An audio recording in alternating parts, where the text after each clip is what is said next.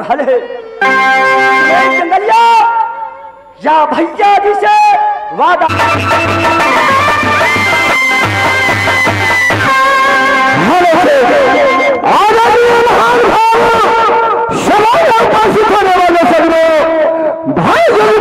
से हाजिर थे।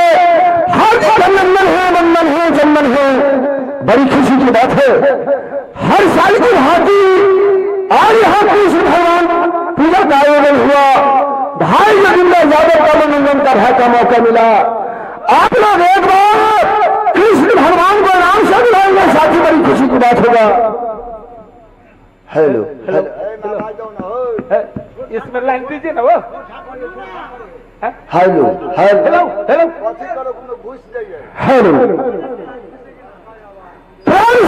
कृष्ण भगवान की हेलो नवरणी हमारा की जय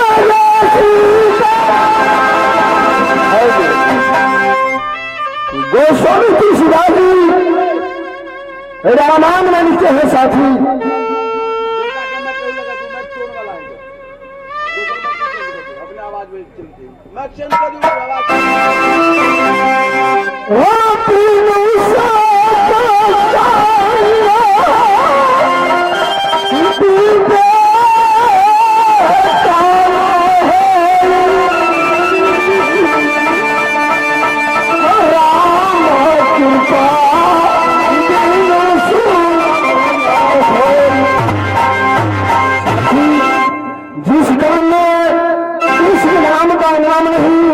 काम शुभ नहीं होता है। और ये किला राजगढ़ है, कहाँ जय भाई सिंह है, उसी का पुत्र मैं गंगा सिंह हूँ। जैसे छोटे भाई का नाम मोती सिंह है। मेरे भाई मोती सिंह भैया राजगढ़ का समाचार बताया। भैया की राजगढ़ के समाचार भगवान ने बना रखे हैं। आपके जीते जिंदगी मेरे रहते हुए सब प्रकार को दिक्कत होगा तो दुनिया वाले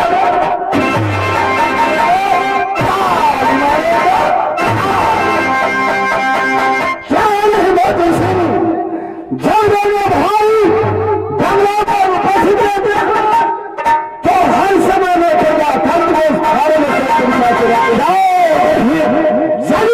भाई को जीता दूंगी।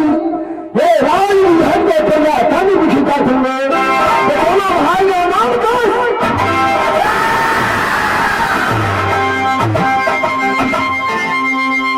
है ना, किसी प्रकार का दिक्कत नहीं। दिक्कत नहीं, न दिक्कत हुआ न हो सकता है। किलो को छत्रियों से कभी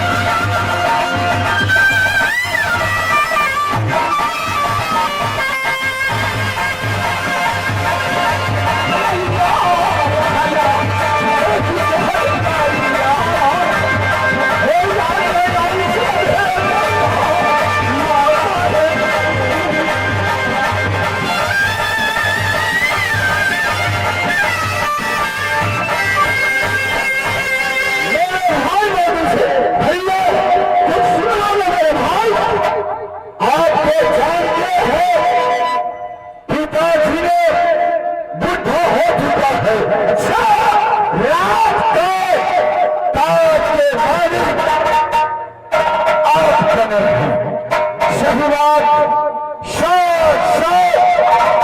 राम के जोड़ी में भाई लक्ष्मण जी थे, भरत के जोड़ी में भाई शत्रुघ्न जी थे, रावण का जोड़ी में भाई कुंभकर्ण जी थे। सही बात कहा। उसी प्रकार से मैं दो भाई और दोनों भाई के सामने एक बहन दुलारी जिसे नाम पिताजी ने इसे लाल प्यार से नाम रखा चंद्रकुमारी। यही बात कहा चंद्रकला कुमारी नाम रखा। यहाँ के लिए कोई चिंता नहीं, कोई कष्ट नहीं।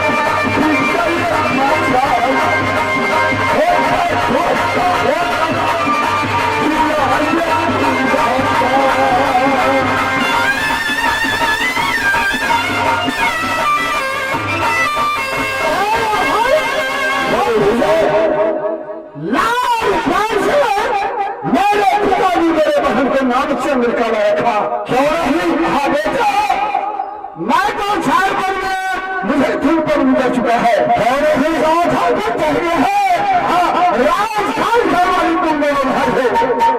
शक्तिमाला को शादी कैसे हो गया वो आएगा चलो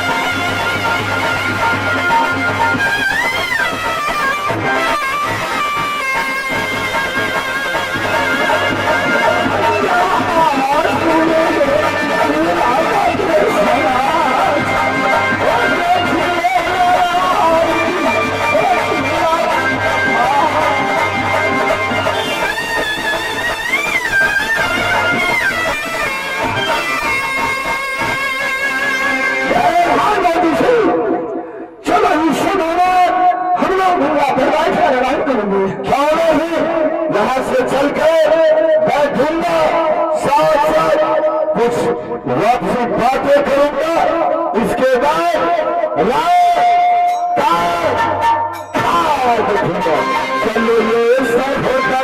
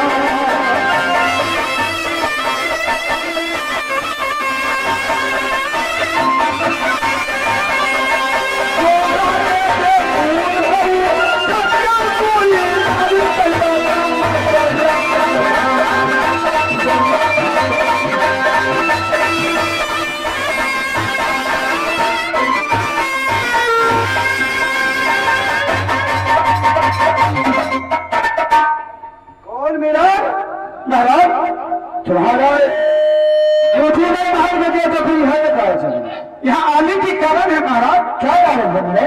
बड़ी मलकिनी याद की है। कौन बड़ी मलकिनी? अपना बड़ी मलकिनी ना है। हाँ। आपको भाभी जी। भाभी जी? हाँ। क्या कहिए?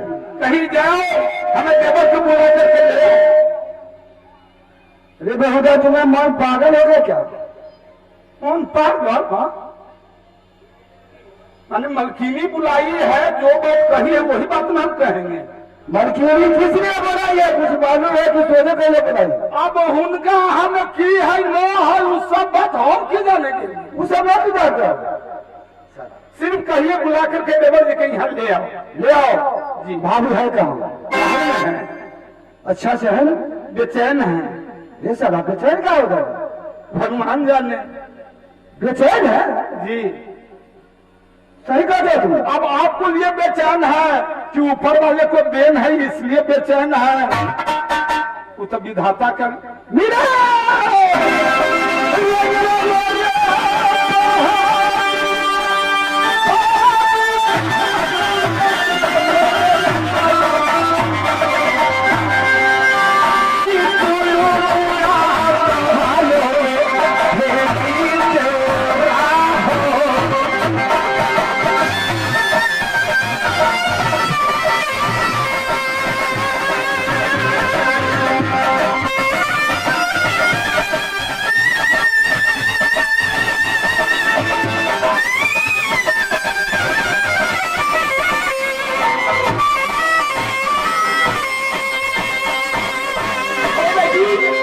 हमारी बहन ने बहुत जुल्म किया है। 10-12-11 बजे आपको देखा था। अच्छा। आपको लगी हमारी महल में आकर मुझे कब्जा ठान लिया। क्या जंगलिया? हाँ, तुम्हारी बलम पड़ा हुआ था। अच्छा। कालेदा को ठान लिया। जब मैंने देखी तो देखिए मेरी चीज बड़ी फाड़ कर और भाग चला। अमरजीत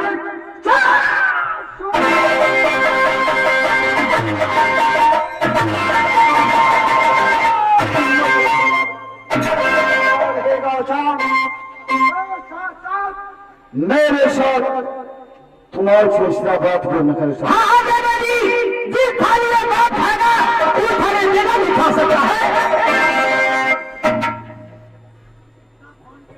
ये बात हो सकता है तुमने? जिस थाली में बाप खाता है उस थाली में बेटा कैसे खाएगा? कैसे खाएगा रे? वही थाली में बेटा छेद कर दे छे। कैसे कर देगा छेद? ले साला हमारा नाच में जाके रहे। कहाँ जाना था? पौनन। साला पौनन था कि दूर पहले उठे जा रहे? हाँ तो उधर तो जाना था। तब जब पौनन हमको जाना था। अच्छा। खाना हमको घर से मिला। अच्छा। खा करके सिलौटी तक छोड़ दिया। हमारे बेटा के वो काठी मिल गया, उधर से लेकर के आया, छेद कर दिया। अरे सारा आगे बेटा न छेद न कर, घूमो तो कर।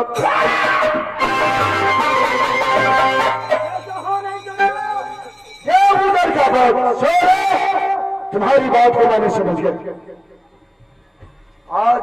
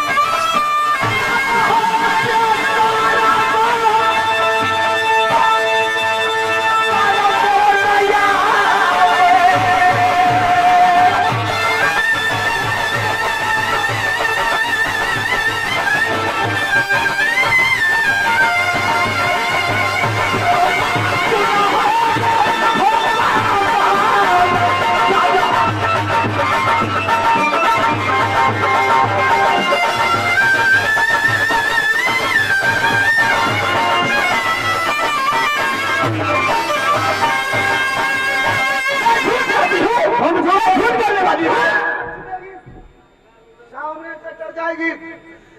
तुम्हारी बात को मैंने समझ गया। आज इतना दिनों से उधर का पास में बेटा नहीं था, लोगों ने पुत्र नाम रखा था, मौरव राजी को माटी पर ध्यान रखा था। उधर का चेहरा देखने के लिए जब पानी भरने के लिए अपन भरने जाती थी, जब नहीं साथ मेरे हुआ मेरे मुखड़ा पर नजर आता था तो थूक फेंक देता था। आज बेटा ने मस्जिद पैदा लिया, आज सोना कह रही है कि आपका बेटा आकर का मेरे इज्जत से खिलवाड़ किया। वो 12 साल का लड़का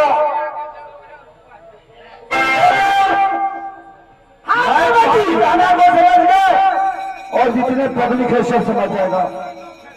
आज तुम अपने राज खेल रही है कि आप बेटा मंदिर का हो गया और राज महबा बच जाएगा। यही सबब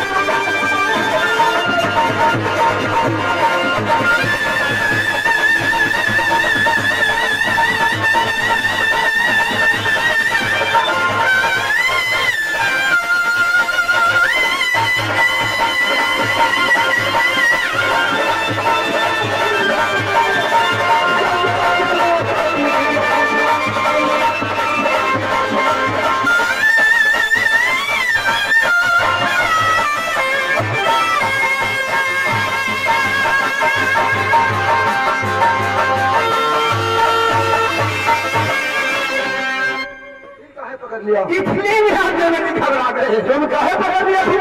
हाय हाय हाय हाय राजा चुका, तुम बेटा वाली है अपना बेटा को साथ, तुम आज मेरे बेटा को साथ तुम खिलवाड़ किया।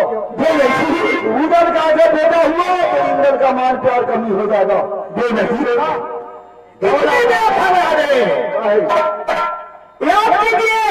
शिव मंदिर की याद भूल गए। अरे तुम भूला नहीं सोनो, उधर कभी नहीं भूल सकता।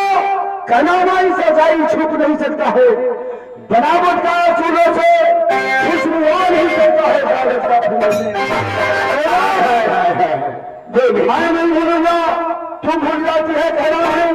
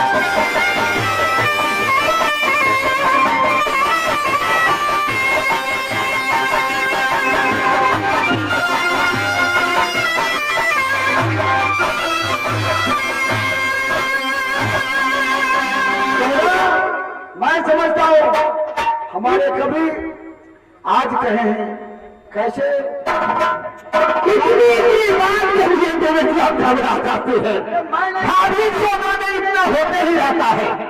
अरे मैं नहीं घबराता हूँ, ये समय को तुम घबरा दिया, कर्जू का नारी बन गई। बात क्या तुम बादशाह से नहीं माना, अपने पति का शासन नहीं माना। हमारे कमिश्नर लिखते हैं साहब तुम्हारे ऐसे ऐसे नारी, अरे चलो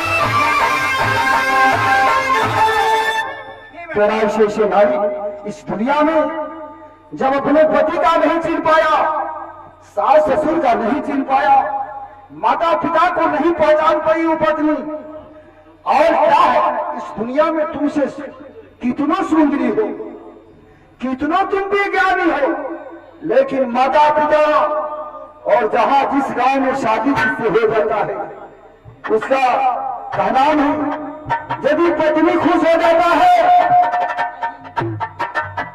तो ये घर स्वर्ग बन जाता है, यदि पति से पत्नी खुश है तो ये महल जो है स्वर्ग बन जाता है, और पति और पत्नी से पति खुश हो जाता है तो महल बन जाता है।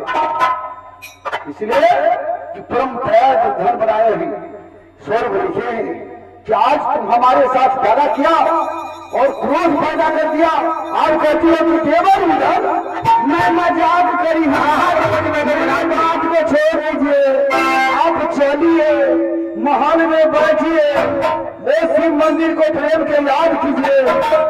आज कहती हो कि चलिए मेरी हाथ को ठंडी शरबत पी के आए, आज तुम इतना समय की बात, आज तुम मेरे लिए ठंडी शरबत भी बना दिया, तुम्हारी बात को भी भुला दिया।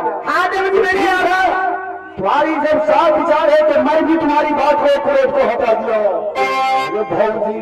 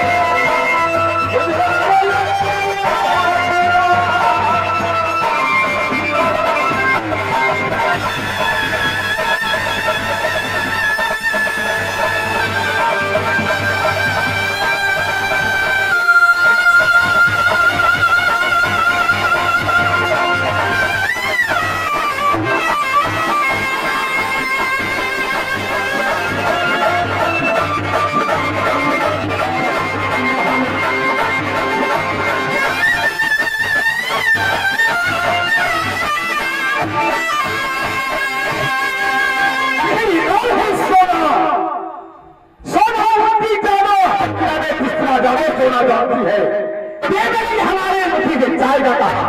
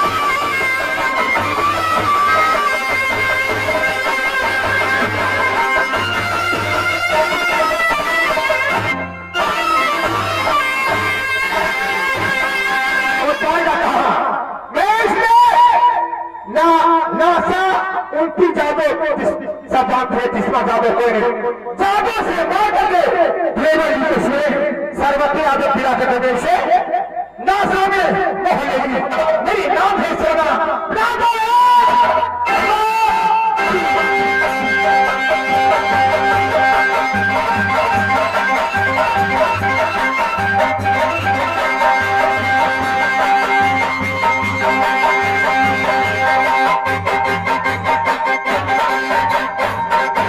बेटी बहुत गर्म जाती है हमारी बहनें बहुत दिन से आप बहुत दिनों के बाद आए हैं सर्वत्र